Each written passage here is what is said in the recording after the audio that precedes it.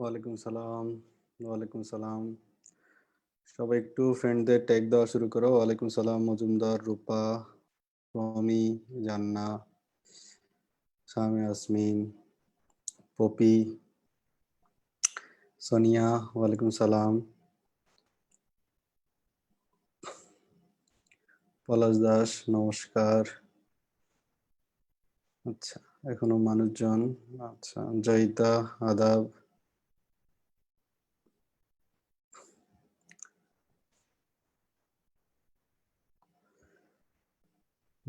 রিজি, তানজিলা আক্তার, সাগরিকা। আচ্ছা, ওকে সবাই।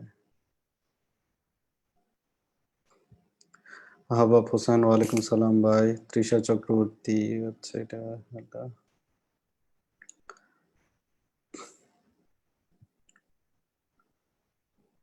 আচ্ছা, তোমরা একটু শেয়ার করা শুরু করো ক্লাসটা কষ্ট করে, তাহলে সবাই জয়েন করা শুরু করে দিবে।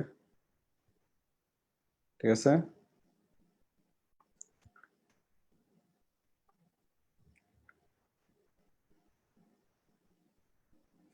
দ্রুত শেয়ার করে দাও সবাই একটু।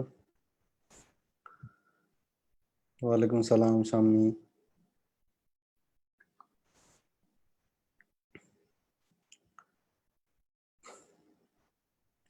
আচ্ছা, আমরা ক্লাস শুরু করি তাহলে। আমাদের অলরেডি 2 মিনিট চলে গেল।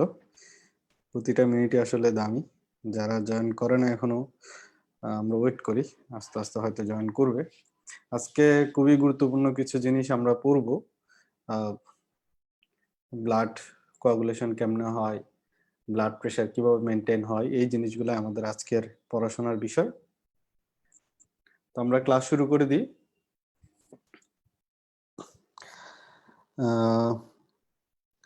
আজকে একটু মানুষ কম মনে হচ্ছে, এটা মেবি ক্লাস রেকর্ড রাখার কারণে এই ঘটনাটা ঘটতেছে। আচ্ছা, দেখি কয়জন থাকে শেষ পর্যন্ত।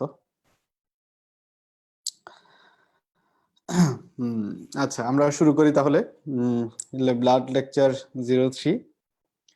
আমাদের আজকে গতকালকে আমরা আরবিসি এবং ডব্লিউবিসি পড়ে ফেলছিলাম। তো আমরা লাস্ট হলো নেক্সট অনুচক্রিকাটা পড়ব। আর তোমাদের এখানে তো বায়োলজি ক্লাস হচ্ছে তোমাদের। কালকে যাদের হলো প্রাইভেট ব্যাচে অ্যাড করছি, কালকে তাদের হলো কোয়েশ্চেন সলভ হবে ফিজিক্স আর কেমিস্ট্রির উপরে, অথবা ফিজিক্স বা কেমিস্ট্রি যে কোনো একটার উপরে হতে পারে, অথবা দুইটার উপরে হতে পারে। তো ওখানেই হবে তোমাদের যাদের অ্যাড করছি। আর যারা যারা অ্যাড হতে চাও, নিয়মাবলী উপরে আছে, তুমি গ্রুপের ওখানে আছো, ওটা আমি একটু এক্সটেন্ড করছি। গতকালকে শেষ করে দিতাম চাইছিলাম, কিন্তু পরে মনে হয়েছে একটু রাখি, অনেকে অ্যাড হতে চাইবা পরে। তো যাই হোক, আমরা শুরু করে দিই। আমাদের আজকে প্রথমে আমরা অনুচক্রিকা দিয়ে শুরু করব। হ্যাঁ, তো অনুচক্রিকায় প্রথমে যে জিনিসটা জানতে হবে সেটা হলো, এটার এটার আরেকটা নাম তো আমরা জানি, এটার আরেকটা নাম কি? থ্রম্বোসাইট। হ্যাঁ, তো এখন তোমাদের যে কাছে প্রথম প্রশ্ন হলো, অনুচক্রিকার নিউক্লিয়াস, অনুচক্রিকায় যে নিউক্লিয়াস, সেই নিউক্লিয়াসটা ছোট না বড়? নিউক্লিয়াসটা ছোট না বড়? অনুচক্রিকার নিউক্লিয়াসটা ছোট নাকি বড়? দেখি কে কে আনসার করো।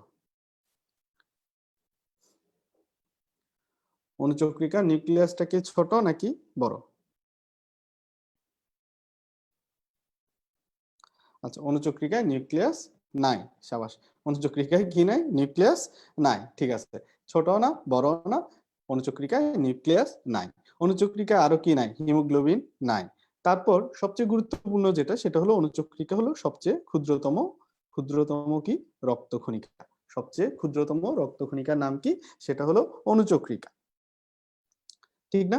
এই অনুচক্রিকাগুলা মূলত কোন জায়গা থেকে উৎপত্তি হয়? হ্যাঁ, এটা খুব জরুরি। এই অনুচক্রিকাগুলা কোন জায়গা থেকে উৎপত্তি হয় সেটার নাম হলো মেগাক্যারিওসাইট। সেটার নাম কি? মেগাক্যারিওসাইট। ঠিক আছে, সেটার নাম কি? মেগাক্যারিওসাইট। এখন এই অনুচক্রিকা তাহলে কোত্থেকে উৎপত্তি হয়? মেগাক্যারিওসাইট। এটা একটু লিখে রাখো, আমি এটা নিয়ে পরে বলতেছি। অনুচক্রিকাটা যে ক্ষুদ্রতম রক্তকণিকা, এটা মাস্ট মনে রাখবা। এবং এটার ব্যাস কত? এটার ব্যাস কত?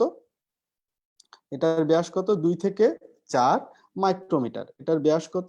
2 থেকে 4 মাইক্রোমিটার। তাহলে এখানে সবচেয়ে গুরুত্বপূর্ণ জিনিস কি, যে অণুচক্রিকার ব্যাস কত। অণুচক্রিকার ব্যাস কত? 2 থেকে 4 মাইক্রোমিটার।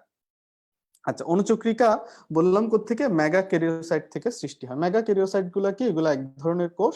এগুলা কোথায় পাওয়া যায়? এগুলো হলো অস্থিমজ্জায় পাওয়া যায়। এগুলো কোথায় পাওয়া যায়? এগুলো হলো অস্থিমজ্জায় পাওয়া যায়। ঠিক আছে, এগুলো কোথায় পাওয়া যায়? অস্থিমজ্জায় পাওয়া যায়। আচ্ছা, এখন আসি আমরা মেগা ক্যারিওসাইটের পরের অংশে। এই যে অণুচক্রিকাগুলা সংখ্যা কত থাকে? অণুচক্রিকার সংখ্যা নিয়ে তুমি বিভিন্ন বইয়ে বিভিন্ন ধরনের তথ্য পাবা। কোন বইয়ে লেখা আছে যে অণুচক্রিকার সংখ্যা 1.5 লাখ থেকে শুরু করে 3 লাখ পর্যন্ত হয়ে থাকে পার ml ব্লাডে। এখন অপশনে ধরো এই জিনিসটা নাই, তখন তোমার অপশনে কি থাকবে? অপশনে কি থাকবে? তখন হলো তোমার অপশনে থাকবে কি, 1.5 থেকে যদি 3 লাখ অপশনে না থাকে, তখন তোমার কি মনে রাখতে হবে? যে 2.5 থেকে 5 লাখ। 2.5 থেকে কত? 5 লাখ। হ্যাঁ, 2.5 থেকে 5 লাখ পার ml ব্লাডে তোমার অণুচক্রিকা থাকবে। দুইটার একটা মনে রাখবা, যেটার অপশনে থাকে। ঠিক আছে, যেটা তোমার অপশনে থাকে সেটাই তুমি কি করবা? মনে রাখবা। ঠিক আছে,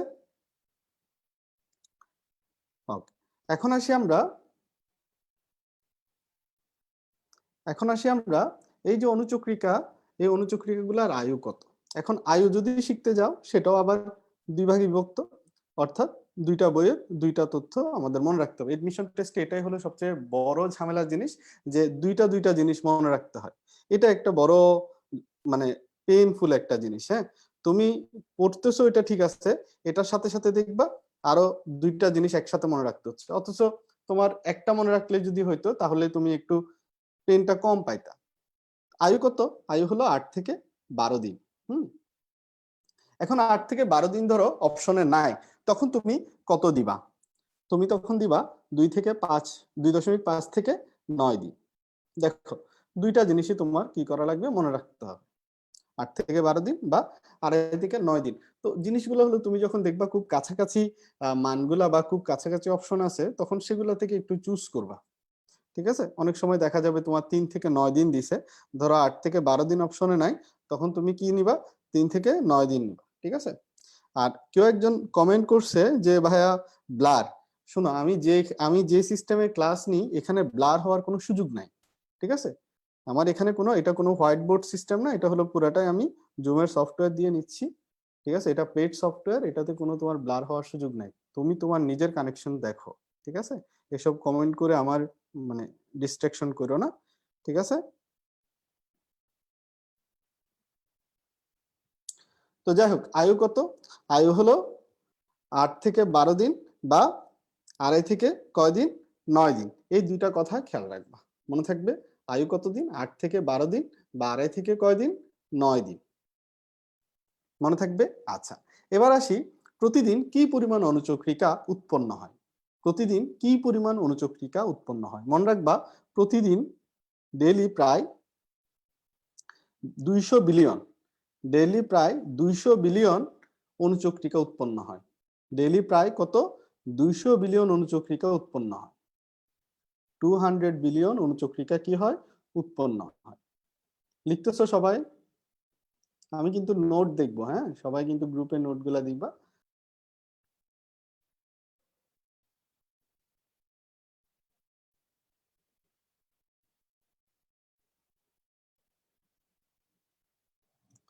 তাহলে 200 বিলিয়ন অণুচক্রিকা কি হয়? উৎপন্ন হয়।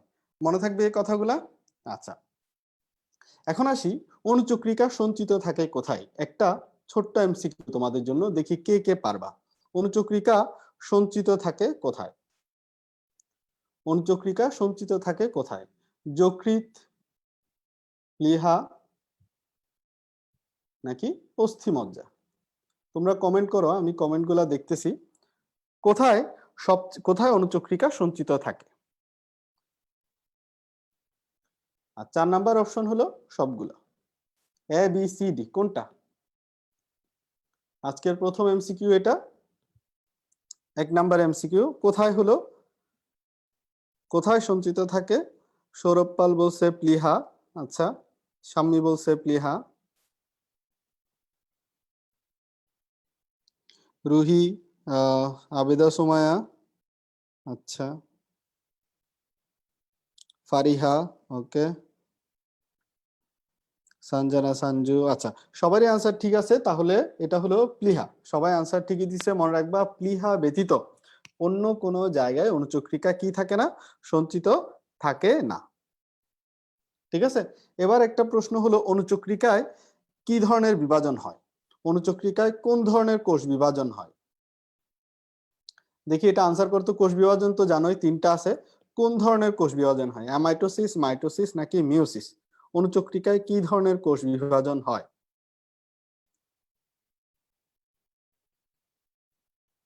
অ্যামাইটোসিস, মাইটোসিস নাকি মিওসিস? কোন ধরনের কোষ বিভাজন হয়? আজকে শেয়ার কিন্তু 50 ক্রস করে নাই, সো খেয়াল রাখো। 50 ক্রস না করলে কি হবে জানোই। কোষ বিভাজন হয় না। Very good. শাইলা, জুমু লস্কর এরা দুইজন বলছে কোষ বিভাজন হয় না। কোষ বিভাজন যেহেতু নিউক্লিয়াসই নাই, অণুচক্রিকায় যেহেতু নিউক্লিয়াসই নাই, কোষ বিভাজন হয় না। তাহলে ফাল্গুনী, মনীষা, নোনাবালি এরা যে আনসার দিছো, মারুফা আফরোজ হয় নাই, সবারই আনসার মোটামুটি ভুল। তাহলে তো এখানে তোমার সহজ বেসিক জায়গাটা তুমি ভুল করে ফেললা। যারা যারা আনসার দিলা যে কোষ বিভাজন হয়, তারা হলো কোন জিনিসটা জানো না, যে নিউক্লিয়াস না থাকলে কোষ বিভাজন হয় না, এটাই তোমরা জানো না। ঠিক আছে। নুরুল আমিন, আরো অনেকে দেখলাম আনসার দিয়েছে। তো যারা এই বেসিক জিনিসটা জানতে হবে, নিউক্লিয়াস না থাকলে কি হবে না? কোষ বিভাজন হবে না। ঠিক না? আচ্ছা, ওকে। তাহলে আমরা এই জায়গাটা আশা করি সবারই ক্লিয়ার, আর কোনো আশা করি ঝামেলা নাই। এখন আসি আমরা এই যে অণুচক্রিকা যেগুলো আছে, এই যে অণুচক্রিকা যেগুলো আছে, এগুলা কি কি কাজ করে সেটা দেখো।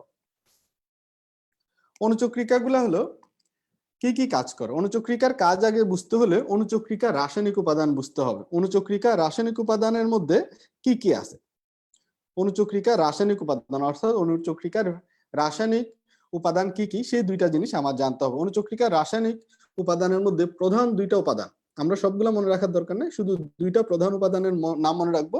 একটা হলো প্রোটিন আর একটা হলো ফসফোলিপিড। খেয়াল রাখবা, একটা হলো প্রোটিন আর একটা হলো ফসফোলিপিড। এরা হলো অণুচক্রিকার প্রধান রাসায়নিক উপাদান। অণুচক্রিকার প্রধান রাসায়নিক উপাদান কি তাহলে? প্রোটিন এবং ফসফোলিপিড।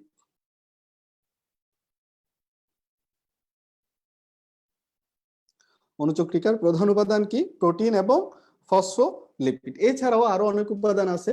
তো প্রোটিনের মধ্যে কি কি থাকে? প্রোটিনের মধ্যে একটিন প্রোটিন থাকে, মায়োসিন প্রোটিন থাকে। প্রোটিনের মধ্যে কি কি থাকে? প্রোটিনের মধ্যে থাকে একটিন এবং মায়োসিন। এরা হলো মেনলি থাকে, হ্যাঁ, এরাই হলো মূলত একটিন এবং কি থাকে? মায়োসিন থাকে। এখন আসি আমরা অন্যান্য রাসায়নিক উপাদানের মধ্যে কি কি থাকে। অণুচক্রিকার অন্যান্য রাসায়নিক উপাদানের মধ্যে কি কি থাকে? অন্যান্য রাসায়নিক উপাদানের মধ্যে গ্লাইকোজেন থাকে। কি কি থাকে? গ্লাইকোজেন থাকে। আর কি থাকে? আলফা দানা থাকে। আর কি থাকে? আর হলো ডেন্স দানা থাকে। ঠিক আছে। গ্লাইকোজেন থাকে, আলফা দানা থাকে এবং ডেন্স দানা থাকে। লিখতেছো সবাই?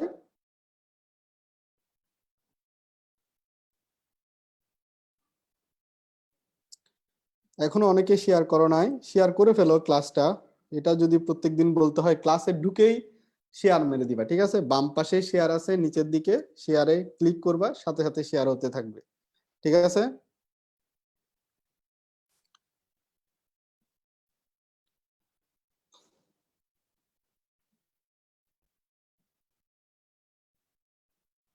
এবার আসি আমরা, তাহলে এই তিনটা কথা খেয়াল থাকবে অন্যান্য উপাদানের মধ্যে। তুমি যদি পারো মনে রাখবা, না পারলে অত জরুরি না। ঠিক আছে। আচ্ছা, এবার আসি আমরা অণুচক্রিকা। অণুচক্রিকা গুলো কিন্তু সহজে ভেঙে যায়। অণুচক্রিকা কি হয়? সহজে ভেঙে যায়। এখন অণুচক্রিকা যদি সহজে ভেঙে যায়, তার ভিতর থেকে একটা এনজাইম বের হয়। অণুচক্রিকা যখন ভাঙে, তখন অণুচক্রিকা থেকে কোন এনজাইম বের হয়? অণুচক্রিকা থেকে কোন এনজাইম বের হয়? আমি অপশন দিচ্ছি, তোমাদের বলতে হবে। থ্রম্বোলেস, থ্রম্বোনেস,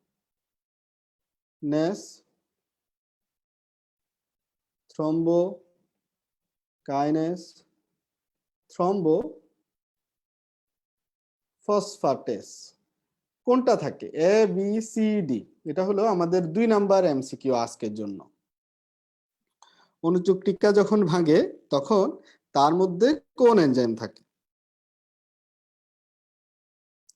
এটা হলো থ্রম্বোকাইনেস। আচ্ছা, সৌরভ পাল আনসার দিছে থ্রম্বোকাইনেস। আচ্ছা, আঞ্জুম বলছে থ্রম্বোকাইনেস, প্রজ্ঞা দাস থ্রম্বোকাইনেস, প্রিন্স আলামিন, শায়লা। আচ্ছা, খুবই ভালো, তোমরা অনেকেই আছো, খুবই দারুণ আনসার করতেছো। সুমায়া, হান্নান, তন্নি, ভেরি গুড। এটা হলো থ্রম্বোকাইনেস। তাহলে অনুচক্রিকা ভাঙলে এখান থেকে কোন এনজাইম বের হয়? থ্রম্বোকাইনেস এনজাইম বের হয়, মনে থাকবে। আচ্ছা, এখন আসি অনুচক্রিকা। অনুচক্রিকা মেইন কাজ হলো কি? রক্ত জমাট বাঁধা। এখন রক্ত জমাট অর্থাৎ কখনো যদি রক্তক্ষরণ শুরু হয়, এই রক্ত জমাট বাঁধাটাই হলো রক্ত জমাট বাঁধানোটাই হলো তার মূল কাজ। ঠিক আছে? তো রক্ত জমাট বাঁধানোর জন্য সে যেই কাজটা করে, সে একটা প্লাগ তৈরি করে। সেই প্লাগের নাম কি? সেই প্লাগের নাম কি আমরা সবাই জানি। সেই প্লাগের নাম হলো হেমোস্ট্যাটিক প্লাগ। সেই প্লাগের নাম কি? সেই প্লাগের নাম হলো হেমোস্ট্যাটিক প্লাগ। প্রশ্ন হতে পারে এই হেমোস্ট্যাটিক প্লাগ জিনিসটা কি কি নিয়ে গঠিত? হেমোস্ট্যাটিক প্লাগ যে জিনিসটা, এটা দুইটা জিনিস নিয়ে গঠিত। একটা হলো যে প্লেটিলেটস যেগুলা, মানে অনুচক্রিকা যেগুলা সেগুলা, এবং প্লাজমা প্রোটিন আছে না, অ্যালবুমিন, গ্লোবিউলিন, এগুলা আছে না, এগুলা না। প্রোথ্রম্বিন, ফিব্রিনোজেন যে প্রোটিন গুলা আছে এগুলা। তাহলে হেমোস্ট্যাটিক প্লাগ তৈরি করার জন্য কিসের অংশ নেয়? ব্লাডের প্লেটিলেটস গুলা। প্লেটিলেটস মানে তো জানোই অনুচক্রিকা। প্লেটিলেটস এর সাথে প্লাজমা প্রোটিন। কোন কোন প্লাজমা প্রোটিন? যেমন প্রোথ্রম্বিন, এগুলা মেন আর কি, আরো আছে তোমাদের আজকে দেখাবো। প্রোথ্রম্বিন, তারপর হলো কি ফিব্রিনোজেন। এরা মিলে তোমার কি তৈরি করে? এরা মিলে তৈরি করে হেমোস্ট্যাটিক প্লাগ। এটার মাধ্যমে রক্ত জমাট বাঁধায় বা রক্ত তঞ্চন ঘটায়। এটা ডিটেলস আমরা একটু পরে দেখব। ঠিক আছে? আচ্ছা, এবার আসি আমরা আরো কি করে। এদের এই অনুচক্রিকা থেকে সেরোটোনিন এই জিনিসটা খুবই ইম্পর্টেন্ট। হ্যাঁ, সেরোটোনিন জিনিসটা হলো খরিত হয় কোত্থেকে? এই সেরোটোনিন জিনিসটা খরিত হয় কোত্থেকে? অনুচক্রিকা থেকে। এই সেরোটোনিনের কাজ হলো রক্তনালী, যেটা এই রক্তনালীকে কি করে? ধরো একটা রক্তনালী দিয়ে রক্ত বের হচ্ছে। এখন রক্তনালিকাটাকে যদি আমি এরকম সংকুচিত করে দিতে পারি, তাহলে রক্ত আর কি হতে পারবে না? বের হতে পারবে না। এই সেরোটোনিন কি করে? এই যে রক্তনালী এই যে জায়গায় সংকুচিত হয়ে গেল, এই সংকুচিত হওয়ার কাজটা কে করে? সেরোটোনিন করে। তাহলে রক্তনালী সংকুচন ঘটিয়ে রক্তপাত বন্ধ করে কে? রক্তনালীকে সংকুচিত করে রক্তপাত বন্ধ করে কে? সেটা হলো সেরোটোনিন। মনে থাকবে, সেটা কে করে? সেটা করে হলো সেরোটোনিন। খেয়াল থাকবে এই দুইটা কথা। আচ্ছা, এবার আসি আর কি কি খরিত হয়, শুধু নামগুলা জানবা, কঠিন কিছু না। একটা হলো হিস্টামিন, আর একটা হলো 5-HT। এখন প্রশ্ন হতে পারে এই 5-HTর ফুল ফর্ম কি? একটু লিখে রাখো ফুল ফর্মটা। 5-হাইড্রক্সি ট্রিপটামিন। লিখছো সবাই? আমি তোমাদের কমেন্ট গুলা চেক করতেছি, আসলে দুই দিকে মনোযোগ দেওয়াটা একটু কষ্ট। ঠিক আছে? হিস্টামিন এবং 5-হাইড্রক্সি ট্রিপটামিন এগুলাও কোত্থেকে আসে? অনুচক্রিকা থেকে আসে। অনুচক্রিকা যখন ভাঙে তখন এগুলা মুক্ত হয়, অনুচক্রিকা ভাঙনের আগে না। ঠিক আছে? অনুচক্রিকা ভাঙনের সময় এগুলা কি হয়? মুক্ত হয়। নরমালি এগুলো অনুচক্রিকার ভিতরে থাকে, খরিত হয় না। যখন অনুচক্রিকা ভাঙে তখন এখান থেকে এগুলা কি হয়? মুক্ত হয়। বুঝা গেছে? ওকে, তাহলে এতটুকু তাহলে সবার ক্লিয়ার। এখন আসি রক্তনালীতে রক্ত জমাট বাঁধে না কেন? রক্তনালীর বাইরে আমরা জানি কোথাও ছিঁড়ে গেলে রক্ত জমাট বাঁধে। এখন প্রশ্ন হলো রক্তনালীর ভিতরে রক্ত জমাট বাঁধে না কেন? এই যদি উত্তর খুঁজতে যায় তাহলে আমার দুটা জিনিসের দিকে খেয়াল করতে হবে। সেটা হলো আমাদের দেহে কিছু রাসায়নিক উপাদান আছে, এগুলাকে ফ্যাক্টর বলা হয়। এগুলো প্রায় 50 বা তার বেশি হলো ফ্যাক্টর আছে, যেগুলোকে আমরা দুইটা ভাগে ভাগ করি। কয় ভাগে ভাগ করি? 2 ভাগে ভাগ করি 50টা ফ্যাক্টরকে। এই 2 ভাগগুলা কি কি? একটা হলো প্রো কোয়াগুল্যান্ট, একটা হলো অ্যান্টি কোয়াগুল্যান্ট। কি কি? একটা হলো প্রো কোয়াগুল্যান্ট,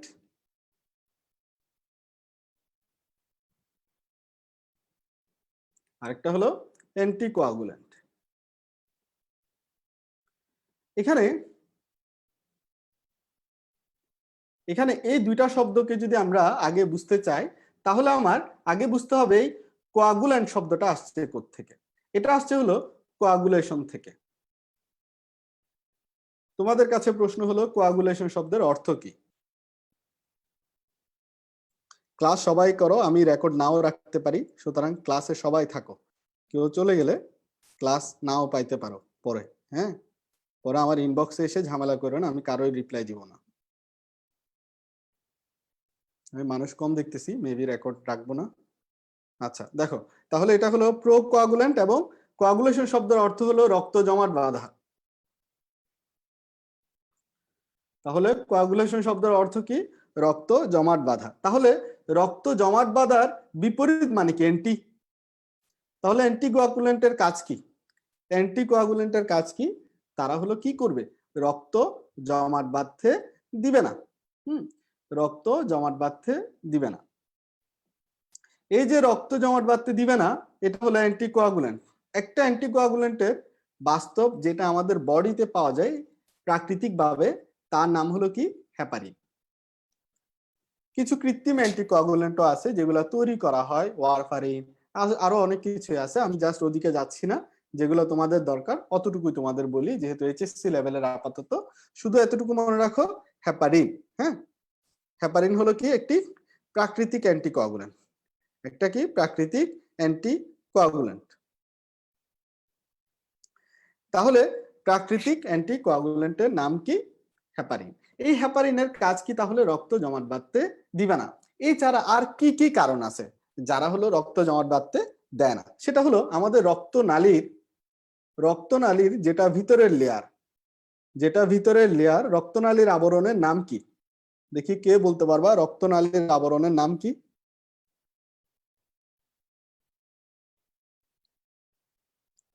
হেপারিন, হেপারিন, ঠিক আছে, হেপারিন। আচ্ছা, হেপারিন আনসার ঠিক আছে। রক্তনালীর আবরণের নাম কি?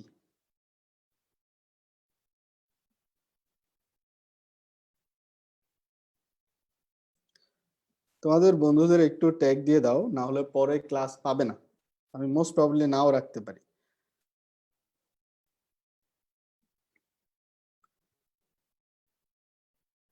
এই রক্তনালীর আবরণীর নাম হলো, আমরা মনে রাখবা, এটা হলো কি? এন্ডোথেলিয়াম। রক্তনালীর আবরণের নাম কি? এন্ডোথেলিয়াম। এই যে এন্ডোথেলিয়াম, এই এন্ডোথেলিয়ামটা হলো টোটালি স্মুথ, অনেক বেশি স্মুথ থাকে। স্মুথ কোনো জিনিসের উপর দিয়ে তোমরা স্লাইড যদি করো, বা কিছু একটার উপর দিয়ে যদি একদম মসৃণ কোনো কিছুর উপর দিয়ে কোনো কিছু ছেড়ে দিলে দেখবে এটা ধীরে ধীরে ধীরে ধীরে চলে যায়। তো স্মুথ কোন একটা জিনিসে, তাহলে চিন্তা করো ব্লাড ভেসেলের যে ভিতরের লেয়ারটা, এটা যখন স্মুথ, তাহলে রক্ত সহজে তোমার কি করতে পারবে? বয়ে চলে যেতে পারবে, কোনো বাধার কোনো সম্মুখীন হবে না। তার মানে কি? এন্ডোথেলিয়াম যেটা, এটা হলো, এটা থাকার কারণে রক্ত জমাট বাঁধে না। তাহলে আমরা কি কি? একটা হলো হেপারিন, আরেকটা হলো এন্ডোথেলিয়াম। এই দুইটার কারণে রক্ত জমাট বাঁধে না। এবার আসি 3 নাম্বার কারণ। 3 নাম্বার কারণ হলো অ্যান্টিকোয়াগুল্যান্ট যারা তারা হলো প্রোকোয়াগুল্যান্টের চেয়ে বেশি সক্রিয়। প্রশ্ন হতে পারে প্রোকোয়াগুল্যান্ট জিনিসটা কি? প্রোকোয়াগুল্যান্ট হলো তারাই যারা রক্ত জমাট বাঁধাকে কি করবে? রক্ত জমাট বাঁধার জন্য কি করবে? উদ্দীপনা দিবে। তাহলে উদ্দীপনা যারা দেয়, রক্ত জমাট বাঁধার জন্য যারা উদ্দীপনা দিবে, তারা হলো প্রোকোয়াগুল্যান্ট। আর যারা বাঁধতে দিবে না, তারা হলো অ্যান্টিকোয়াগুল্যান্ট। অ্যান্টি মানে কি? বিপরীত। অ্যান্টি মানে বিপরীত, অর্থাৎ যারা কোয়াগুলেশন হতে দিবে না, তারাই হলো অ্যান্টিকোয়াগুল্যান্ট। বোঝা গেছে জিনিসটা? তাহলে অ্যান্টি কোয়াগুলেন্ট কি আর হলো প্রো কোয়াগুলেন্ট কি, এই দুইটা খেয়াল রাখবা, মনে থাকবে। অ্যান্টি কোয়াগুলেন্ট গুলা সবসময় প্রো কোয়াগুলেন্টের চেয়ে বেশি সক্রিয় থাকে, সেই জন্য তোমার কি হয় না, নর্মালি রক্ত জমাট বাঁধে না। কিন্তু যখন তোমার বডির কোথাও কোনো টিস্যু ছিঁড়ে যায় বা কোনো একটা টিস্যুর যদি ক্ষত হয়, সেই জায়গায় প্রো কোয়াগুলেন্ট গুলা অ্যান্টি কোয়াগুলেন্টের চেয়ে বেশি সক্রিয় হয়ে যায়, যার কারণে তোমার রক্ত জমাট বাঁধা শুরু হয়। বোঝা গেছে জিনিসটা? এই জিনিসটা ক্লিয়ার কিনা?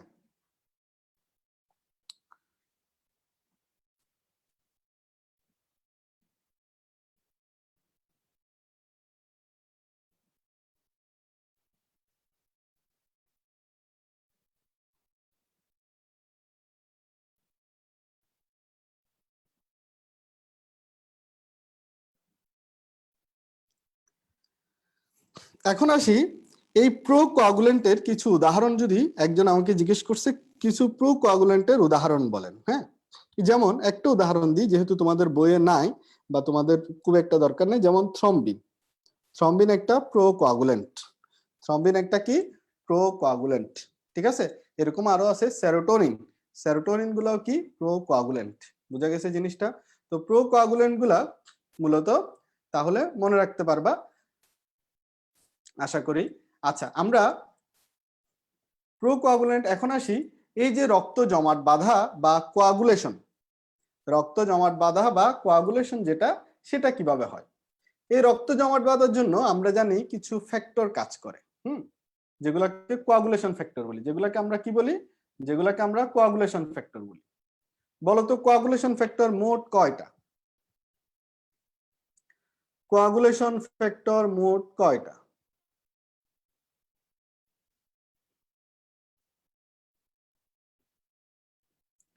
কোয়াগুলেশন ফ্যাক্টর মোট কয়টা?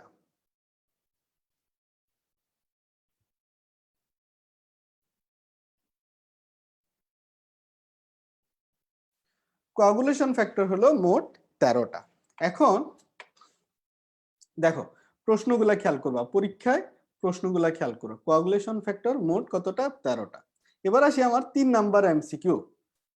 3 নাম্বার এমসিকিউ হলো রক্ত জমাট বাঁধার সময়, রক্ত জমাট বাঁধায় কতটি ফ্যাক্টর অংশগ্রহণ করে? অর্থাৎ কতটি কোয়াগুলেশন ফ্যাক্টর অংশগ্রহণ করে? দেখি তোমাদের জন্য একটা MCQ, A B C D. 13, 12, 4 নাকি 5? কতটি কোয়াগুলেশন, কতটি ফ্যাক্টর অংশগ্রহণ করে? রূপা আহমেদ বলছে 4টি, মারজানা বলছে 4টি, সীমা, প্রজ্ঞা, নীলিমা রয়, নীল। আচ্ছা, তালুকদার, তিথি, রোমন, আচ্ছা, মারুফ আফরাস, মমি, রাহি, রাবিয়া আক্তার সবাই 4 দিছে। তোমরা কি শিওর যে 4?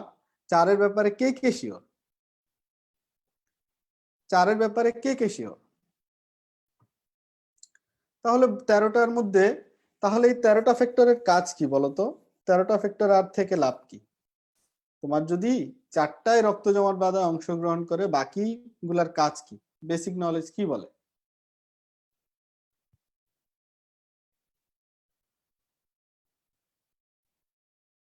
আচ্ছা, এবার দেখো তোমরা কোন জায়গায় ধরাটা খাইছো। সেটা হলো দেখো, রক্ত জমাট বাঁধার ফ্যাক্টর, এটা হলো আনসার হলো বি।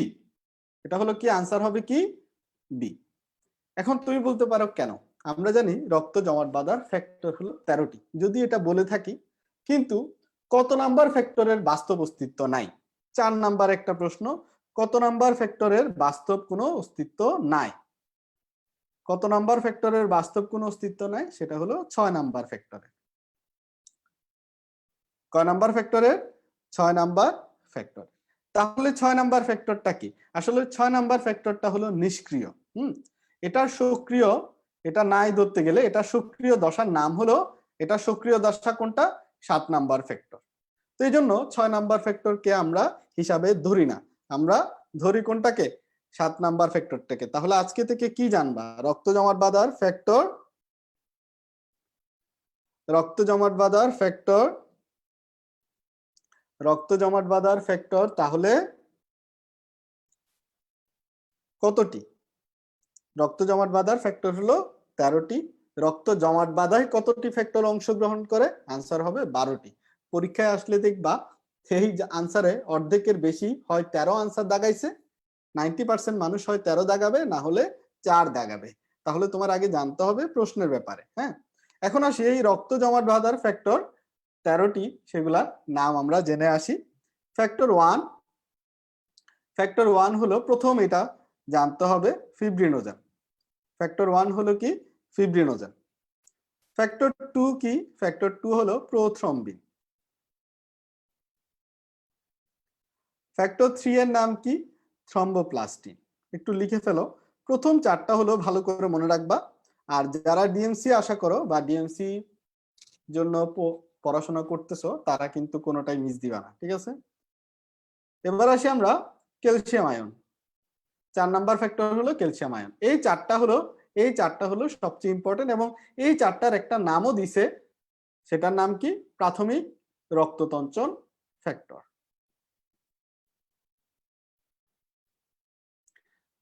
তাহলে প্রাথমিক বাদে যারা আছে তাদেরকে আমরা সেকেন্ডারি বলি, না? প্রাইমারি বাদে যা আছে তারা সেকেন্ডারি বলি। তাহলে 5 নাম্বার থেকে বাকিদের হলো আমরা সেকেন্ডারি হিসেবে ধরবো। মেডিকেলে গেলে আবার এইসব পাবা না, শুধু এইচএসসি লাইফে শুধু জানা লাগবে, ঠিক আছে?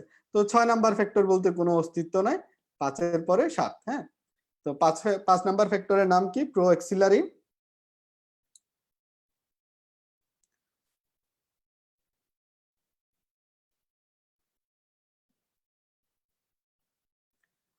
6 নাম্বার ফ্যাক্টরের কোনো অস্তিত্ব নাই বলে দিছি। 7 নাম্বার ফ্যাক্টরটা মনে রাখবা, সেটা হলো প্রো কনভার্টিন।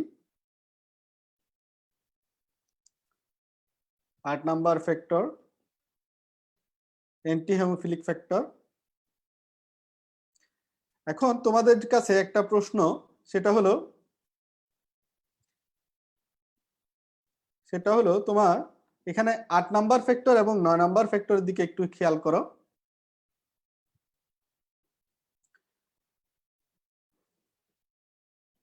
আমরা জানি 8 নাম্বার ফ্যাক্টর এবং 9 নাম্বার ফ্যাক্টর এই দুইটার অভাব হলে কি রোগ হয়?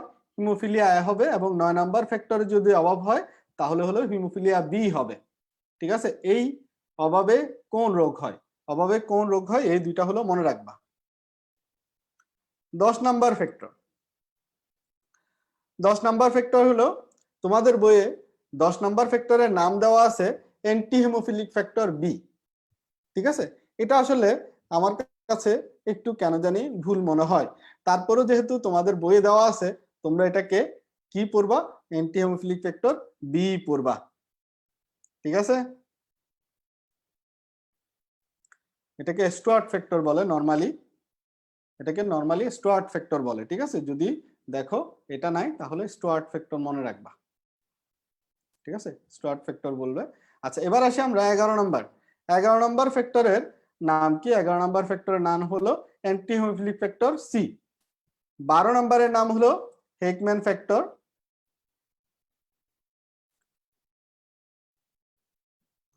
তোমাদের কমেন্ট দেখি কিছুটা।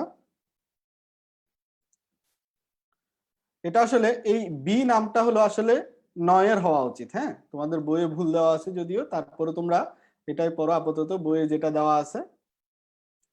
13 নম্বর ফ্যাক্টর, তোমাদের বই নতুন এডিশন আস্তে আস্তে হয়তো কারেকশন হয়ে চলে আসতে পারে। Fibrin stabilising factor, fibrin stabilising factor.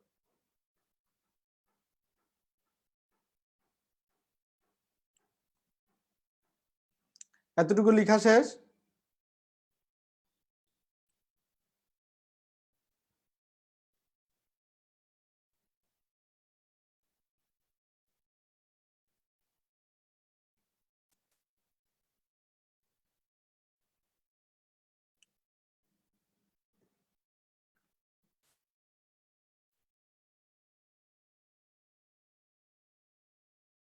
আচ্ছা,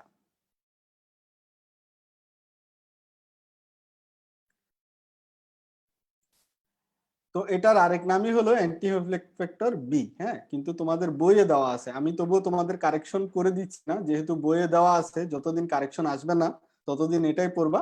10 নম্বর ফ্যাক্টরের নাম হলো স্টুয়ার্ট ফ্যাক্টর। ঠিক আছে, এটার আরেক নাম আসলে অ্যান্টি ফ্যাক্টর বি, কিন্তু তোমাদের বইয়ে দেখবা বইয়ে হলো ভুল দেওয়া আছে। এখন বইয়ে ভুল দেওয়া আছে যেহেতু, স্যাররা তো তোমাদের বইয়ে স্ট্যান্ডার্ড এই প্রশ্নটা দেখবে, এই জন্য আমি দিয়ে রাখছি। হ্যাঁ, খেয়াল রাখবা, যখনই কারেকশন আসবে বই তো কিনবা, নতুন এডিশনের বইয়ে কি আছে সে অনুযায়ী পড়াশোনা করবা, আর কারেক্টটা মনে রাখবা নিজের জন্য।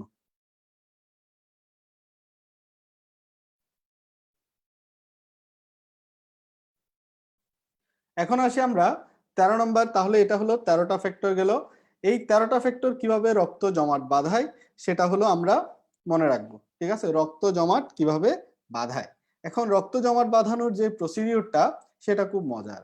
প্রথমে দেখো, কোনো এক জায়গার টিস্যু কেটে গেলে সেই জায়গা থেকে, সেই জায়গায় তোমার ক্ষতস্থান হয়, সেই ক্ষতস্থানেই তোমার বিভিন্ন ধরনের উপাদান এসে হাজির হয়। কোন উপাদানগুলো হাজির হয়? এই কোয়াগুলেন্ট ফ্যাক্টর যারা আছে এরাও তোমার ওই জায়গায় এসে ভূমিকা রাখে। কিভাবে রাখে? এটা কিন্তু একটা লম্বা প্রসিডিওর। এটা দুইটা পাথওয়ে আছে, দুইটা রাস্তার মাধ্যমে হয়। একটা হলো ইন্ট্রিনসিক পাথওয়ে, একটা হলো এক্সট্রিনসিক পাথওয়ে। তোমাদের শুধু নামটা মনে রাখো যে রক্ত জমাট বাঁধার প্রক্রিয়া কয়টা? দুইটা।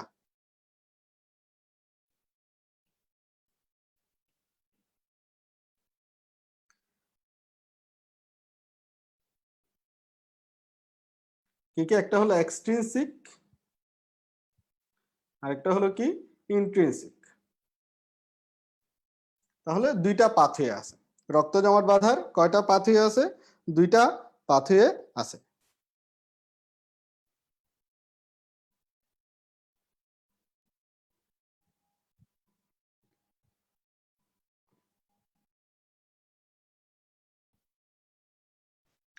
এখন পাথওয়ে দুইটা আছে, ঠিক আছে, কিন্তু পাথওয়ে গুলা হলো দুইটা, আমি পড়াবো না তোমাদের, এগুলো তোমাদের দরকার নাই। শুধু কমন পাথওয়ে, মানে কমন কতটুকু দরকার সেই জায়গাটুকু তোমাদেরকে আমি দেখাবো। ধরো কোন জায়গায় তোমার যদি কেটে যায়, সেই জায়গায় তোমার কি হবে বললাম, তখন তোমার এই কোয়াগুলেন্ট ফ্যাক্টর গুলা অ্যাক্টিভ হবে। অ্যাক্টিভ হবে কি? তখন তোমার কি হয়, এই হ্যাপারিন যেটা আছে সেটার কাজ প্রথমে নষ্ট করে দিতে হবে। কারণ কি, হ্যাপারিন যতক্ষণ থাকবে তোমার রক্ত ততক্ষণ জমাট বাঁধবে না। তাহলে হ্যাপারিনকে প্রথমে কি করে দিতে হবে? অকেজু করে দিতে হবে। তো হ্যাপারিনকে অকেজু করে দেয় কে? হ্যাপারিনকে অকেজু করে কে? এই জিনিসটা খুব ইম্পর্টেন্ট একটা জিনিস। তাহলে এটা হলো আমাদের কত নাম্বার এমসিকিউ? এর আগে আমরা কত এমসিকিউ পড়ছি? 4 নাম্বার মনে হয় না? এটা হলো 5 নাম্বার এমসিকিউ। হ্যাপারিনকে অকেজু করে দেয় কে? ক্যালসিয়াম আয়ন, প্রোথ্রম্বিন, থ্রম্বোপ্লাস্টিন, নাকি ফিব্রিনোজেন? কে করে? হ্যাপারিনকে অকেজু করে দেয় কে?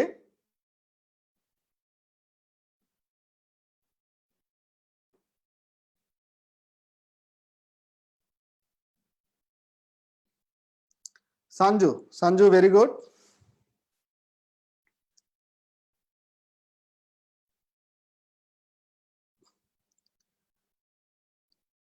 সঞ্জুর আনসার ঠিক আছে।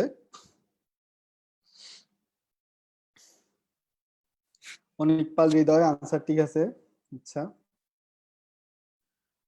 সীমা আনসার ঠিক আছে। রোমন ঠিক আছে আনসার। আচ্ছা, মোটামুটি আনসার সবারই আনসার কারেক্ট আসতেছে। দেবপ্রিয়া ভট্টাচার্য, আচ্ছা, থ্রম্বোপ্লাস্টিন, ঠিক আছে। জিম, থ্রম্বোপ্লাস্টিন, শাইলা, প্রত্যাশা পাল, হানিফা বেগম। তাহলে এটার আনসার হলো থ্রম্বোপ্লাস্টিন। তাহলে প্রথম কাজ হলো রক্ত জমাট বাঁধার। ফার্স্টে যে কাজটা হবে সেটা হলো হ্যাপারিনকে কি করে দিতে হবে? অকেজো করে দিতে হবে। এই হ্যাপারিনকে অকেজো করার পরে নিষ্ক্রিয় প্রোথ্রম্বিন যেটা আছে, নিষ্ক্রিয় প্রোথ্রম্বিনকে সক্রিয় করতে হবে। রক্ত জমাট বাঁধাটা বেসিক কৌশলটা খেয়াল করো। নিষ্ক্রিয় প্রোথ্রম্বিনকে কি করতে হবে? সক্রিয় করতে হবে। প্রোটা হলো, প্রো শব্দটা যখন থ্রম্বিনের আগে আছে তখন খেয়াল রাখবে এটা হলো নিষ্ক্রিয়। এটাকে সক্রিয় করবে কে? থ্রম্বিনে পরিণত করবে কি? ক্যালসিয়াম। একমাত্র ধাতব আয়ন সেটা হলো কি? ক্যালসিয়াম আয়ন, যেটা হলো রক্ত জমাট বাঁধার ক্ষেত্রে কি করে? ভূমিকা রাখে। রক্ত জমাট বাঁধার ক্ষেত্রে একমাত্র আয়ন যেটা হলো ক্যালসিয়াম আয়ন, সেটা হলো ভূমিকা রাখে। এখন প্রশ্ন হলো, এই ক্যালসিয়াম আয়ন কি একা একা তোমার প্রথ্রম্বিনকে থ্রম্বিনে করে, নাকি আর কোনো কিছুর সাহায্য নেয়? মনে রাখবা, এই ক্যালসিয়াম হলো আরো কিছু ফ্যাক্টরের সাহায্য নেয়। এখন প্রশ্ন হলো, কোন কোন ফ্যাক্টর এর সাহায্য নিয়ে সেই প্রথ্রম্বিনকে থ্রম্বিন করে? মনে রাখবা, 7, 8, 9 এবং 10, এই চারটা ফ্যাক্টর, এই চারটা ফ্যাক্টরের সহযোগিতায় ক্যালসিয়াম আয়ন প্রথ্রম্বিনকে কিসে পরিণত করে? থ্রম্বিনে পরিণত করে। তার আগে খেয়াল রাখবা, তার আগে প্রথমে কাজ শুরু করছিল কে? থ্রম্বোপ্লাস্টিন। কারণ এই থ্রম্বোপ্লাস্টিন যদি নাই থাকতো, তাহলে তো হ্যাপারিনে অকেজো হতো না। তাহলে হ্যাপারিনকে অকেজো করবে এবং প্রথ্রম্বিনকে থ্রম্বিনে পরিণত করবে কে? থ্রম্বোপ্লাস্টিন এবং ক্যালসিয়াম আয়ন। এখন কার কার সহযোগিতা নিবে? এরা যখন তোমার প্রথ্রম্বিনকে থ্রম্বিনে পরিণত করবে, তখন সহযোগিতা নিচ্ছে 7, 8, 9 এবং 10 নাম্বার ফ্যাক্টর। কঠিন লাগতেছে বেশি? নতুন কিছু কি শিখাইতে পারতেছি তোমাদেরকে? নতুন কিছু শিখতেছো কিনা? মজা লাগতেছে কিনা ক্লাস করে? এবার আসি আমরা থ্রম্বিন। তাহলে থ্রম্বিনটা কি হয়ে গেল? থ্রম্বিন হলো কি দশা? সক্রিয় দশা। এই থ্রম্বিনের কাজ হলো ফাইব্রিনোজেন। ফাইব্রিনোজেন যেটা আছে, এটা একটা প্রোটিন কিন্তু, হ্যাঁ। এই ফাইব্রিনোজেন প্রোটিন যেটা আছে, এটা হলো কোথায় থাকে? এটা এক ধরনের প্লাজমা প্রোটিন না? এই ফাইব্রিনোজেন যেটা আছে, সেগুলাকে কি করবে? সেগুলাকে অদ্রবণীয় করে দিবে। তো অদ্রবণীয় করা কি? ফাইব্রিনোজেন যেটা, সেটা কিন্তু দ্রবণীয় প্রোটিন। এই ফাইব্রিনোজেনকে কিসে পরিণত করবে? থ্রম্বিন। এবার কে করতেছে? থ্রম্বিন করতেছে ফাইব্রিনোজেনকে ফাইব্রিনে পরিণত করতেছে। ফাইব্রিন জিনিসটা কিন্তু অদ্রবণীয় এবং এটা একটা মনোমার। এটা একটা কি? মনোমার। এরকম অনেকগুলা ফাইব্রিন তোমার মনোমার একসাথে সংযুক্ত হয়ে তোমার কি তৈরি করবে? এই ফাইব্রিন মনোমার গুলা যখন সংযুক্ত হয়ে, অনেকগুলা ফাইব্রিন মনোমার যখন কি হয়? সংযুক্ত হয়। অনেকগুলা ফাইব্রিন মনোমার যখন, এগুলা কিন্তু মনোমার, হ্যাঁ, ফাইব্রিন মনোমার যখন তোমার কি হয়? সংযুক্ত হয়, তখন একটা জালকের মতো তৈরি হয়। যে জালকটাকে বলা হয় ফাইব্রিন জালক। যেটাকে কি বলা হয়? ফাইব্রিন জালক। যেটাকে কি বলা হয়? ফাইব্রিন জালক। এই ফাইব্রিন জালকটা, এই ফাইব্রিন মনোমার থেকে ফাইব্রিন জালক যে সৃষ্টি হয়, এই ফাইব্রিন জালকে সৃষ্টিতে একটা ভূমিকা রাখে। তোমরা দেখো 13 নম্বর ফ্যাক্টরটার নাম কি পড়ছিলাম? 13 নম্বর ফ্যাক্টরটার নাম কি ছিল মনে আছে? Fibrin stabilising factor. অর্থাৎ ফিব্রিন যেটা তৈরি হয়েছে, সেটাকে গুচ্ছ করে একটা জালক তৈরি করে সেটাকে কি করে ফেলা? সেটাকে তোমার স্থায়ী রূপ দেওয়ার কাজটা করবে কে? 13 নম্বর ফ্যাক্টর। তাহলে বলতো, ফাইব্রিন মনোমার থেকে ফাইব্রিন জালক তৈরিতে ভূমিকা রাখবে কত নাম্বার ফ্যাক্টর?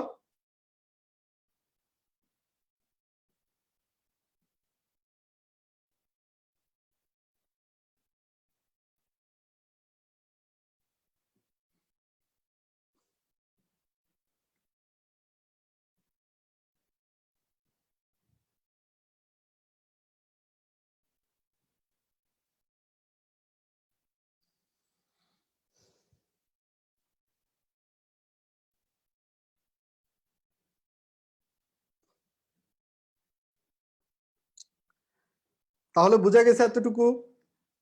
এই যে ফাইব্রিন জালক যেটা সৃষ্টি হয়, এটাই কিন্তু রক্তপাত, এটাই হলো রক্তপাত বন্ধ করে এবং রক্তপাতের জমাট করে। এখন দেখো, আমাদের একটা বাজে অভ্যাস আছে। আমাদের যখন রক্ত জমাট বাঁধে এবং ওই জায়গাটা একটু কালো হয়ে আসে, একটু চামড়াটা একটু কালো হয়ে শক্ত শক্ত হয়ে আসে, তখন আমরা কি করি? তখন আমাদের মাথার মধ্যে কেন জানি ভূতে ধরে এবং আমরা ওই জায়গাটা হলো হাত দিয়ে কি করতে থাকি? একটু একটু করে গুতাইতে গুতাইতে এক সময় কি করে ফেলি? ছিঁড়ে ফেলি।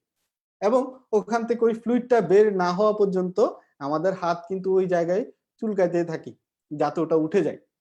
এটা আমার নিজেরই অভ্যাস, হ্যাঁ, আমি বাকিদের জানি না। তো দেখা যায় ওখান থেকে একটা ফ্লুইড বের হয়ে যায়, তখন আফসোস লাগে, কি করলাম, এরপরে তো আবার কিছুদিন পরে আবার হবে, তাই না? এই কাজটা আমরা করে থাকি না? কে কে করো? কে কে করো?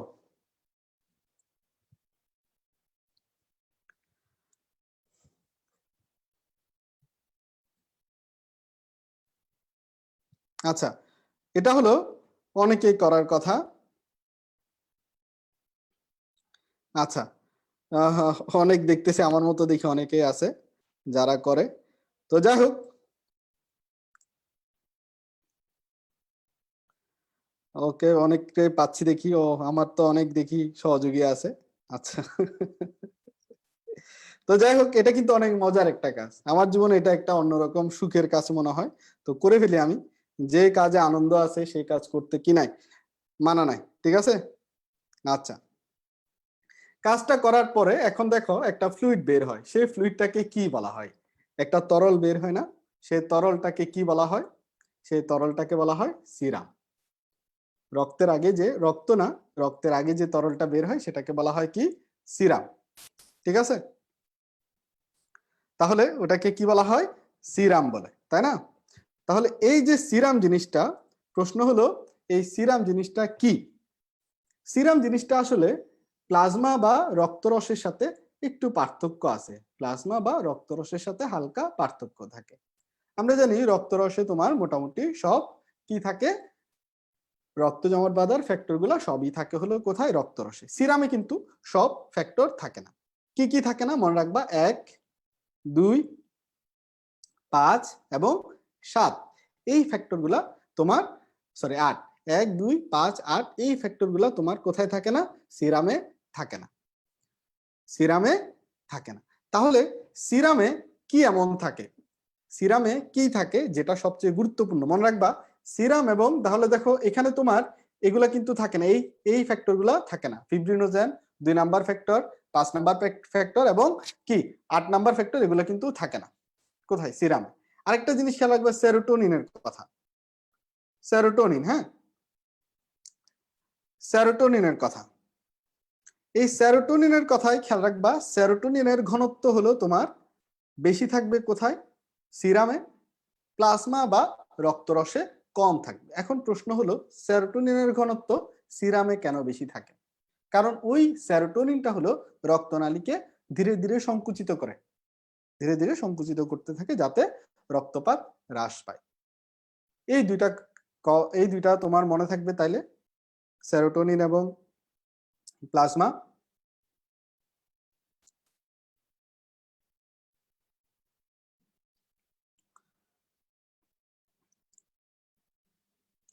এতটুকু তোমরা বুঝছো কিনা? এখন দুইটা এমসিকিউর মতো তোমরা এটা একটু বলতে হবে যে স্বাভাবিক রক্তক্ষরণের সময় কতক্ষণ। অর্থাৎ এটা হলো 6 নাম্বার এমসিকিউ। স্বাভাবিক রক্তক্ষরণ কাল কত সময়? অপশন দিচ্ছি আমি, তোমাদের কিন্তু অপশনের আনসার করতে হবে, ঠিক আছে। 1 থেকে 4 মিনিট, 4 থেকে 5 মিনিট,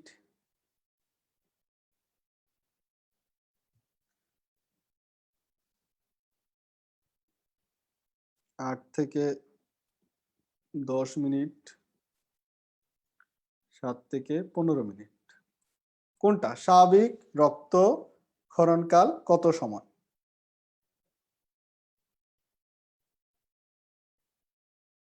আজকে মানুষজন ক্লাস কম করতেছে, এর যৌক্তিকতা কি বলতো? কি আগের ক্লাস দুইটা ভালো হয় নাই?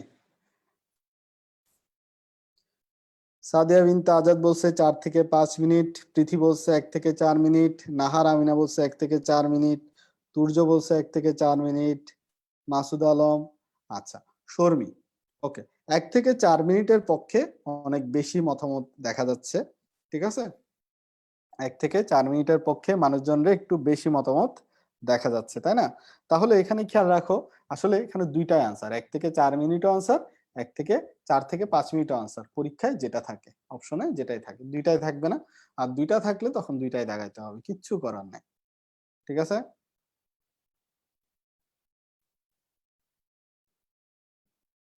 বুঝা গেছে জিনিসটা?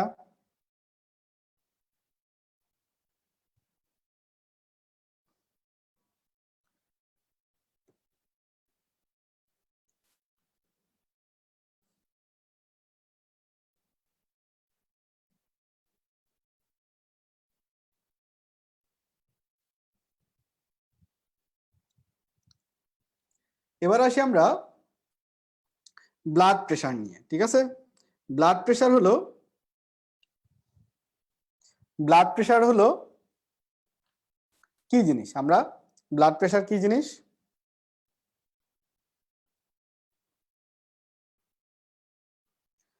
ব্লাড প্রেশার কি জিনিস? ব্লাড প্রেশার হলো যখন রক্তনালীর ভিতর দিয়ে রক্ত যায় তখন সেটাকে কি বলা হয়?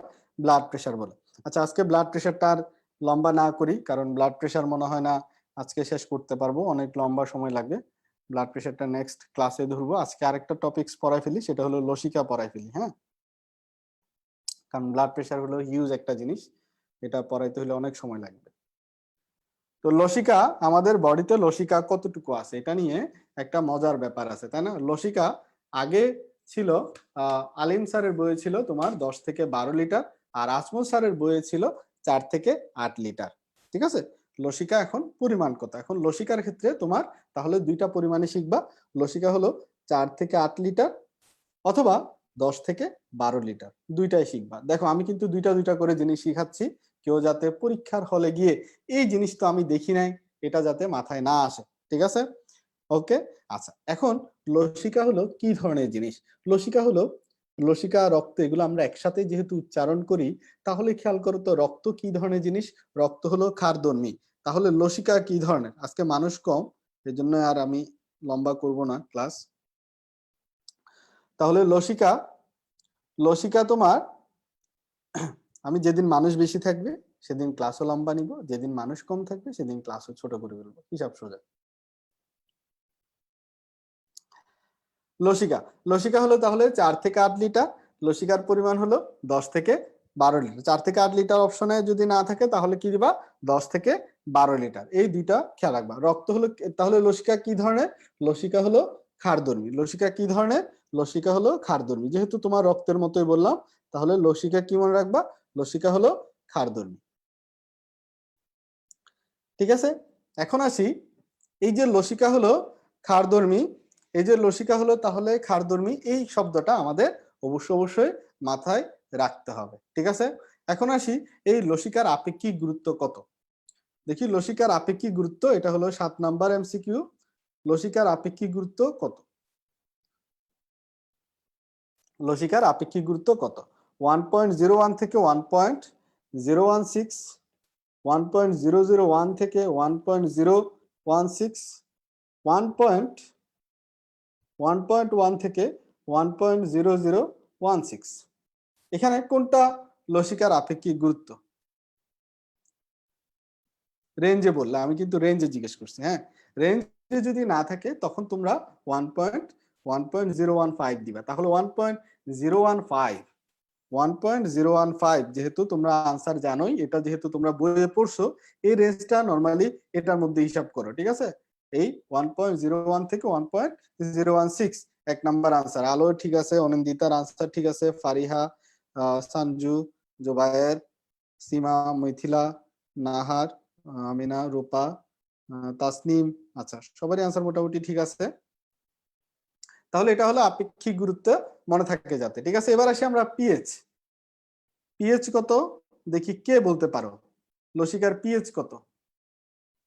লসিকার পিএইচ কত? Palash, Tanushree, Momi, Lopa, Masud Alam, Rizia, Ajita Majumdar, Pramit Dastidar, Shanta, very good. এটার পিএইচ কত? পিএইচ হলো 7.4 থেকে 9। পিএইচ কত? পিএইচ হলো 7.4 থেকে 9। আচ্ছা, শায়েক, আলোয় দেব, ঠিক আছে, আলোয় দেবের আনসার ঠিক আছে, 7.4 থেকে কত? 9। যেহেতু এটা ক্ষারীয় 7 এর উপরে, দেখো মালিহা খুব চালাকি করে আনসার দিছে, সে বলছে যেহেতু ক্ষারীয় 7 এর উপরেই হবে। ফারিহা 7.4 থেকে 9, সৌরভ পাল, নিশি, শাম্মী, শামিমা আক্তার, দেওপ্রিয়া। দেখো তোমাদের ফ্রেন্ডদের মধ্যে অনেকে দেখো কতটুকু আগায় আছে, নিজের মধ্যে একটু একটু ইয়া লাগতেছে না যে আমরা মনে হয় একটু পিছায় আছি? এরকম কার কার ফিল হচ্ছে? ঠিক আছে। 2021 ব্যাচ, তোমাদের সিলেবাস যদিও শর্ট সিলেবাস, তোমাদের কিন্তু উচিত এই এপ্রিল মাসের মধ্যে নিজেদের সবটুকু গোছায়, এইচএসসির জন্য গোছায় মে মাস বা জুন মাস থেকে এডমিশনের জন্য পড়া শুরু করা, ঠিক আছে। যেহেতু তোমাদের সিলেবাসটা শর্ট, আর একটু তোমাদের যেগুলো আছে বাকি ছোটখাটো যেগুলো বাকি আছে অল্প করে সেগুলো শেষ করে নিজেদের এডমিশনের জন্য রেডি করাটাই হলো সবচেয়ে উপযুক্ত টাইম হলো তোমার আগামী মাস বা এর পরের মাস থেকে। ঠিক আছে, বুঝছো জিনিসটা? একদম একটা ফ্রেশ স্টার্ট দিবা, নিজের পড়া, কোথাও যে গিয়ে কোচিং করা বা এগুলা না, নিজের পড়া, নিজেকে আগে স্টার্ট দিতে হবে যে আমার সবকিছু নিজের একটা স্টার্ট দিতে হবে। ঠিক আছে, নিজের একটা সবসময় নিজেকে একটা ফ্রেশ স্টার্ট দেওয়ার মেন্টালিটি নিয়ে রেডি হও যে এডমিশনের জন্য জোস একটা জিনিস লাগবে। ঠিক আছে, বুঝছো? এডমিশন টেস্ট কিন্তু এখন আর আগের মতো নাই যে 3 মাস বা 4 মাস পরে চান্স পাওয়ার দিন শেষ। এখন যারা পুরা বছর প্রিপারেশন নেয় তারাই চান্স পাচ্ছে বেশিরভাগ। ঠিক আছে, তোমার এখন আগের দিনের সেই সময়টুকু আর নাই। বুঝছো জিনিসটা? অনেকে চিন্তা করে আসো যে এইচএসসির পরে গিয়ে হয়তো প্রিপারেশন নিবা, এই প্রিপারেশনে এখন মেডিকেলে খুবই কম চান্স পাচ্ছে, খুবই কম। আচ্ছা, আমরা ওদিকে না যাই, তোমাদের যতটুকু দরকার অতটুকু আমি বললাম। এই যে লসিকা, খেয়াল করো, এই যে লসিকা, তাহলে এই লসিকাগুলা উৎপাদনের প্রক্রিয়াকে কি বলে? লসিকা উৎপাদনের প্রক্রিয়াকে বলা হয় লিম্ফোজেনেসিস। লসিকা উৎপাদনের প্রক্রিয়াকে বলা হয় কি? লিম্ফোজেনেসিস। তাহলে জেনেসিস শব্দ অর্থ হলো তোমার তৈরি করা। ঠিক আছে, জেনেসিস শব্দের অর্থ কি? তৈরি করা। লিম্ফো মানে কি? তাহলে কি?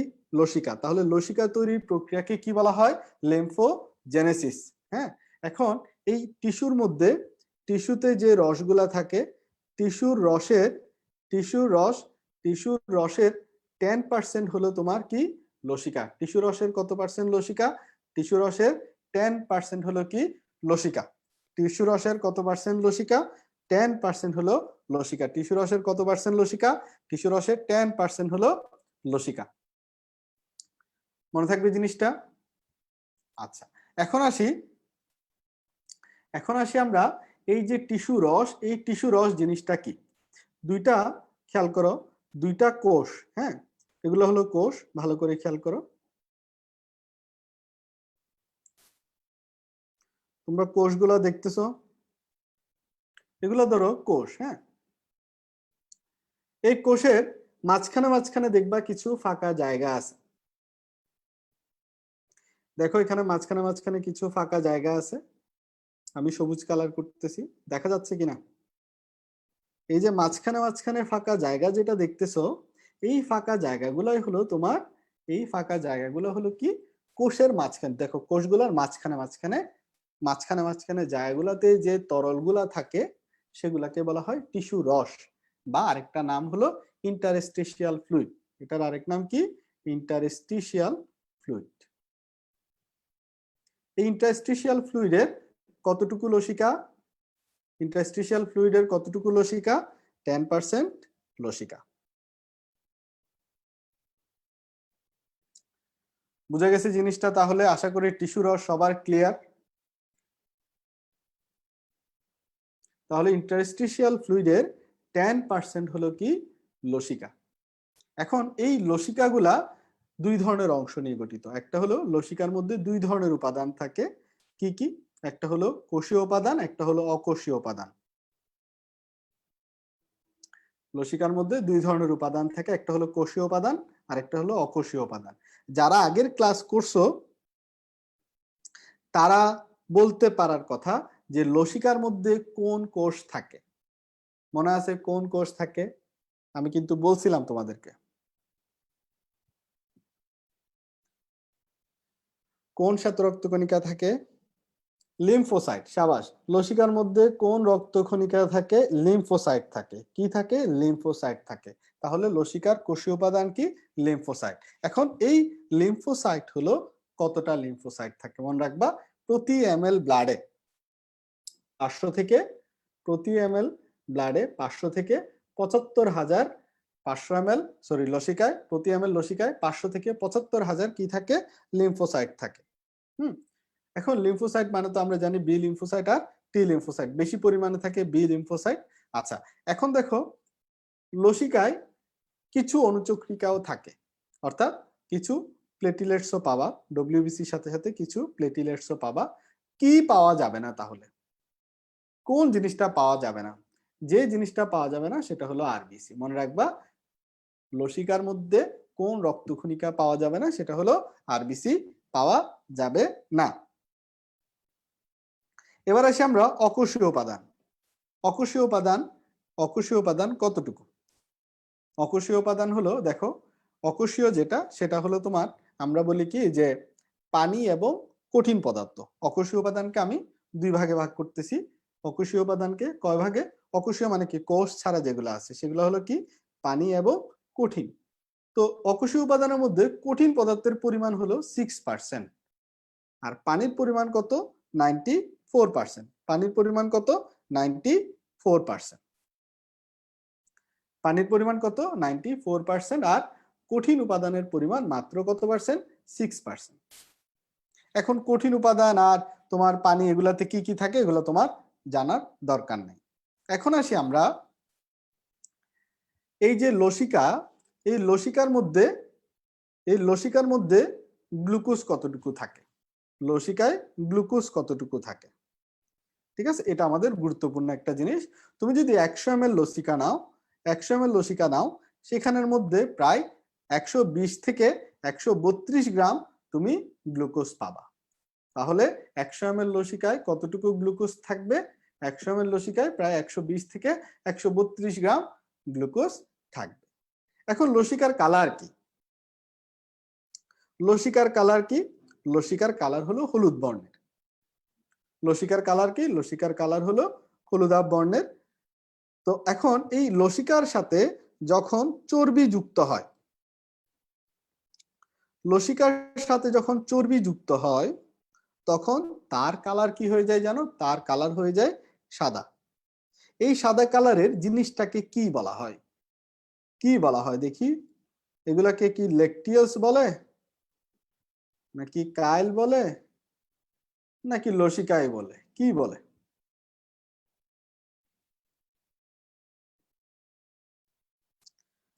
কাইল, লাইট ইয়েলো, একজন বলছে লাইট ইয়েলো, আচ্ছা হালকা হলুদাভ, আচ্ছা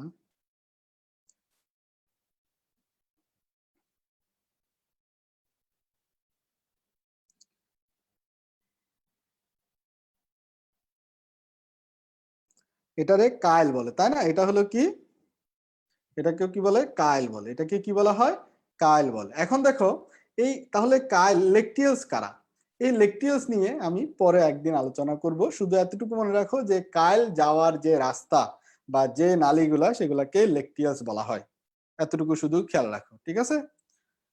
আচ্ছা, বুঝা গেছে জিনিসটা?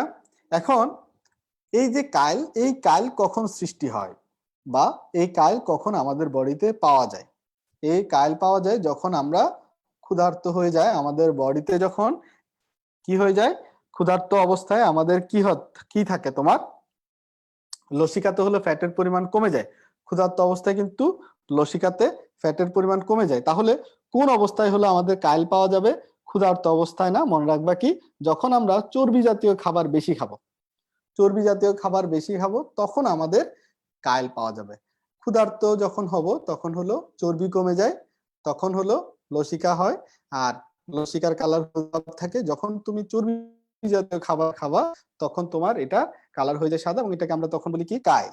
আচ্ছা, এখন এই লসিকা, এই লসিকা মূলত কি হিসেবে কাজ করে? এই লসিকা দেহে মেডিয়েটর হিসেবে কাজ করে। তাহলে এই একটা আরেকটা এমসিকিউ লিখে রাখো যে দেহে মেডিয়েটর হিসেবে কাজ করে কে? দেহে মেডিয়েটর হিসেবে কাজ করে কে? দেহে মেডিয়েটর হিসেবে, মেডিয়েটর তরল হিসেবে কাজ করে কে? দেহে মেডিয়েটর তরল হিসেবে কাজ করে কে? অপশন থাকবে, কাজ করে কে, রক্ত, লসিকা, এরকম যদি অপশনে থাকে তাহলে কি দিবা? দেহে মেডিয়েটর তরল হিসেবে কাজ করে হলো তোমার, মধ্যস্থতাকারী তরল হিসেবে কাজ করে কে? লসিকা। মনে থাকবে? আচ্ছা, এখন এই লসিকা এবং রক্তের মধ্যে, এই লসিকা এবং রক্তের মধ্যে পার্থক্য কি? রক্ত হলো আমাদের, রক্ত হলো আমাদের প্রাইমারি সংবহন তন্ত্রের একটা অংশ, তাই না? আর লসিকা যেটা, সেটা হলো আমাদের দ্বিতীয় সংবহন তন্ত্র। তাহলে দ্বিতীয় সংবহন তন্ত্র যদি বলা হয় আমরা কোনটাকে বলবো? দ্বিতীয় সংবহন তন্ত্র যদি বলা হয় তাহলে আমরা কোনটাকে বলবো? আমরা বলবো লসিকাকে। ঠিক আছে, এবার আসি আমরা লসিকা এবং রক্তের মধ্যে পার্থক্য জায়গায়। দুইটাই কিন্তু পরিবহন টিস্যু, দুইটাই কিন্তু পরিবহন টিস্যু। একটাতে তোমার হিমোগ্লোবিন থাকবে, একটাতে তোমার হিমোগ্লোবিন থাকবে না। ঠিক আছে, কোনটাতে হলো পরিবহন টিস্যু? তো দুইটাই। কোনটাতে প্রেসার বেশি, কোনটাতে প্রেসার কম? মনে রাখবা, রক্তের রক্তের কিন্তু প্রেসার আছে, তাই না? তুমি কখনো শুনছো যে লসিকার প্রেসার মাপতে হবে? এই কথা কি কখনো শুনছো? শুনো নাই। তার মানে কি? তার মানে কি লসিকাতে কোনো কি নাই, প্রেসার মাপতে হয় না। ঠিক আছে, এখন দেখো রক্ত হলো সব ধরনের জিনিসই পরিবহন করে, শর্করা, আমিষ, সেগুলো সবই পরিবহন করে। লসিকা কোনটা পরিবহন করে দেখি তোমরা বলো তো? লসিকা কোনটা পরিবহনে বেশি ভূমিকা রাখবে? লসিকা কোনটা পরিবহনে বেশি ভূমিকা রাখবে? এটা তোমাদের পারার কথা, কারণ একটু আগে সব আনসার দিছো, কাইল মাইল কি কি বলছো। লসিকা কোন জাতীয়? লসিকা কোন জাতীয়? সাবাস, জোবায়ের আনসার দিছে লসিকা হলো চর্বি জাতীয়। চর্বি মানে কি? লিপিড জাতীয় খাদ্য কি করে? পরিবহন করে। বোঝা গেছে কথাটা? ক্লাস সবার ভাল লাগছে? কার কতটুকু ভাল লাগলো দেখি কমেন্ট করে জানাও। এবার তোমার আমাকে খুশি করার পালা, দেখি তোমরা কে কে আনসার করবা, কেমন লাগলো আমি শুনি।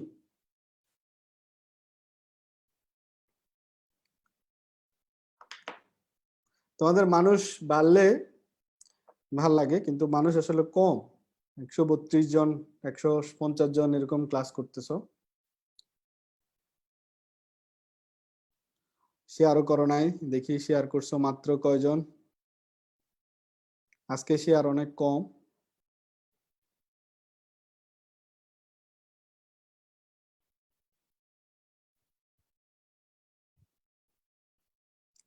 আজকে 46, 50 ক্রস করে নাই।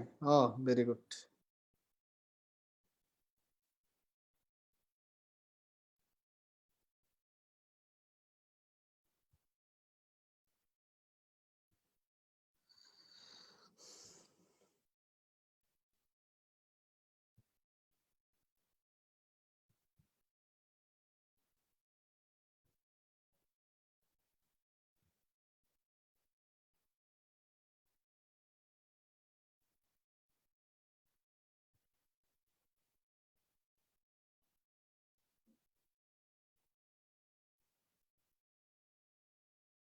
নিশি লিপিড বলছে, আচ্ছা ঠিক আছে, সবারই আনসার ঠিক আছে। Okay. আচ্ছা, কালকে যারা ক্লাস করবা, কালকে হলো তোমরা আমার এখনো ফিজিক্স আর কেমিস্ট্রি ক্লাস দেখো নাই। কালকে যে ভাগ্যবান যারা গ্রুপে মেম্বার এড করছো তারা হলো কালকে হলো দেখবা আমার কেমিস্ট্রি আর ফিজিক্স ক্লাস। যারা দেখো নাই আশা করি হতাশ হবা না, ইনশাল্লাহ। ঠিক আছে, তো কালকে ক্লাসের টাইম তোমাদের গ্রুপে জানাই দিব, হয়তো 10টায় হবে না, কারণ তারাবির নামাজ আছে, একটু আগে পরে হবে। আর ক্লাসে থাকবা, ঠিক আছে? ক্লাস কিন্তু ক্লাসে, লাইভ ক্লাসে অবশ্যই থাকতে হবে, আমি টাইম যেটা দিব সেটাতে। বুঝছো ব্যাপারটা? ওকে। আর যাদের ক্লাস হবে, যখন হবে হার্ড নিয়ে ক্লাস হবে না কেন? হবে। এই চ্যাপ্টার পুরাটাই তো পড়াবো, আস্তে ধীরে পড়াবো। ঠিক আছে, তোমাদের আমি এত তাড়াহুড়োয় নাই। তোমাদের কারো তাড়াহুড়া থাকলে রাস্তাঘাটে বিভিন্ন জায়গায় বেঞ্চ পাওয়া যায়, ওখানে ভর্তি হয়ে যাও। ঠিক আছে, আচ্ছা যাই হোক, আমরা ওদিকে না যাই, আমার ক্লাস এখানে শেষ করি। সবাইকে ধন্যবাদ।